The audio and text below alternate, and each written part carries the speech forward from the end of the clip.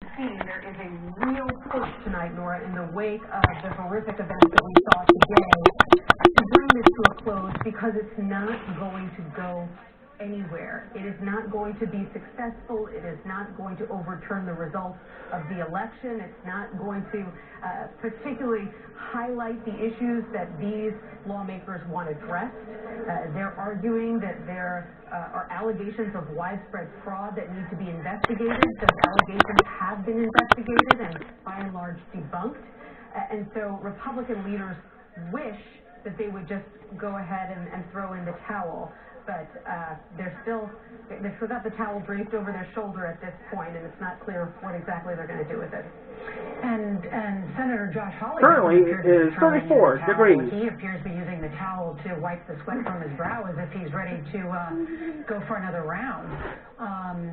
Senator Hawley is essentially saying that Congress is actually the venue for objecting to the election, but it's not constitutionally.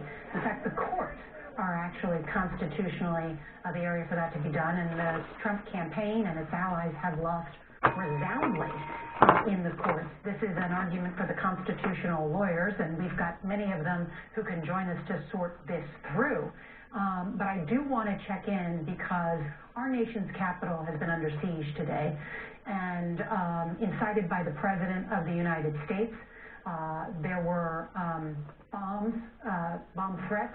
There were a truck near the U.S. Capitol that had ammunition that caused mass evacuations. And we have 1,100 members of the D.C. National Guard, Maryland, Virginia police on the move, and news tonight about another governor sending in members of the National Guard to help secure the U.S. Capitol. Jeff Begay has been on the streets of Washington with all this new reporting. We should remind everyone the nation's capital has been under curfew for more than 3.5 hours now by the mayor of the city and is until tomorrow morning. And Jeff, thank you for your reporting and tell us what you know. Well, Nora, at this hour, the streets have been cleared. People have been forced to observe this curfew because you've seen now we have a larger law enforcement presence, a much different scene than what it was earlier tonight. But throughout the week, there's been this concern about security in this area based on the amount of people coming to the district at Mr. Trump, President Trump's urging. So we had the National Guard that was coming in and asked to help respond. Local law enforcement and federal law enforcement helping out as well, because obviously this is a tense atmosphere. You had Congress doing its work related to the election, and then you have these speeches by President Trump and his supporters denouncing the election, denouncing the vote, saying that it was rigged. And obviously the result of that today is that his followers, his supporters were amped up, and they marched toward the Capitol, and you saw the breach of the Capitol as well. And also tonight, while people are observing this curfew, there is also concern about other security, potential security concerns, including the discovery of a truck containing long guns, ammunition, and possible bomb-making materials found parked nearby the Republican National Committee building here in Washington, D.C. And this is coming after pipe bombs were found earlier. Now, some of this is preliminary information, and we're still working on that, working on getting additional confirmation on this. But this is obviously one of those security concerns that investigators here are looking into, trying to get to the bottom of, was this a serious threat to the Republican National Committee, or is it perhaps a hoax? But it's clearly something on a night and a day like today that you really have to take seriously and investigate. Nora. And Jeff, you have some reporting about New York's Governor Andrew Cuomo. I'm sorry, Nora, could you repeat that? Oh, sure. The sirens going through the District of Columbia. I understand that, Jeff, you have some reporting about the governor of New York, Andrew Cuomo, perhaps sending some troops to help secure the nation's capital?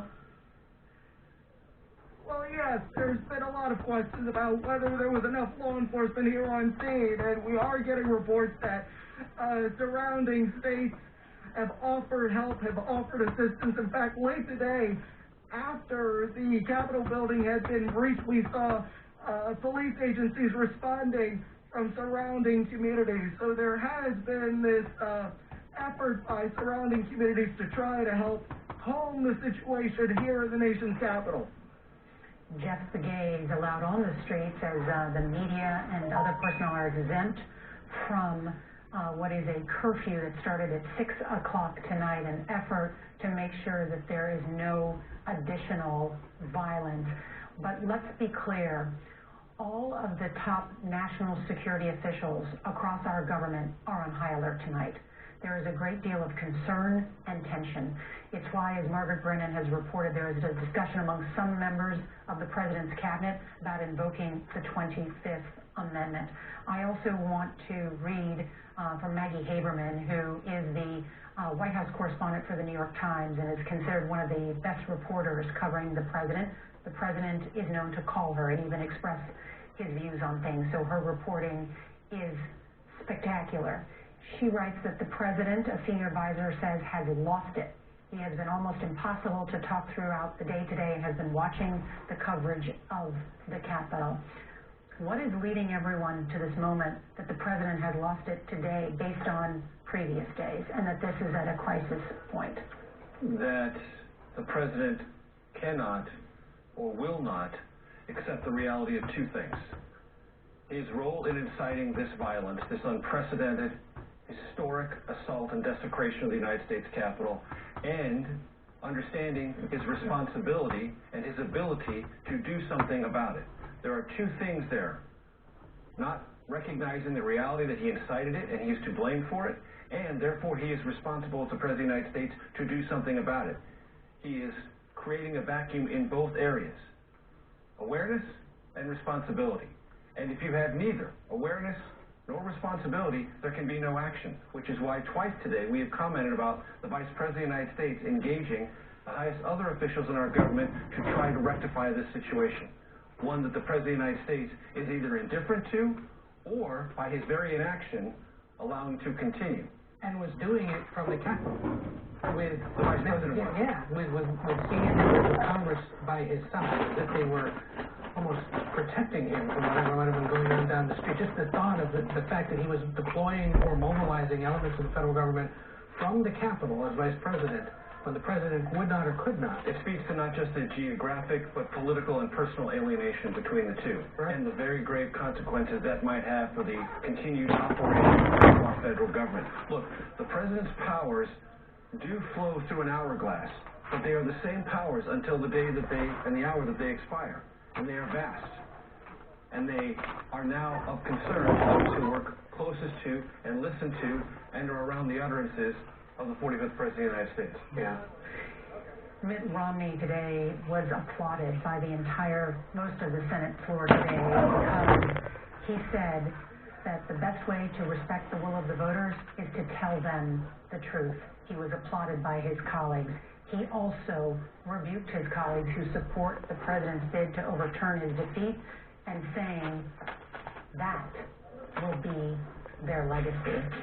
A senior statesman in the Senate, a former Republican nominee for President of the United States, looking at some of his younger colleagues who have political ambitions and have decided to appeal to the President's supporters by this political effort that they know will not reach any kind of outcome, but really just a raw political play. Mitt Romney is telling his junior colleagues, you think there are no indelible moments in American politics because we all suffer from recentism. Everything now is the only thing that matters and we can't remember anything. Our collective memory lasts about 72 hours. Mitt Romney is making it clear, as the former Defense Secretary James Mattis made clear through his statement, talking about the infamy of this moment. If you align yourself, after all that you have seen today, after the lawlessness and criminality that you have seen today with this movement, you will be marked forever, and properly so. That is the warning. It should only need to be delivered once. That it even needs to be delivered is a minor moment of astonishment to me. I would think they would recognize it plainly, but Mitt Romney is trying to get them to recognize it if they haven't already.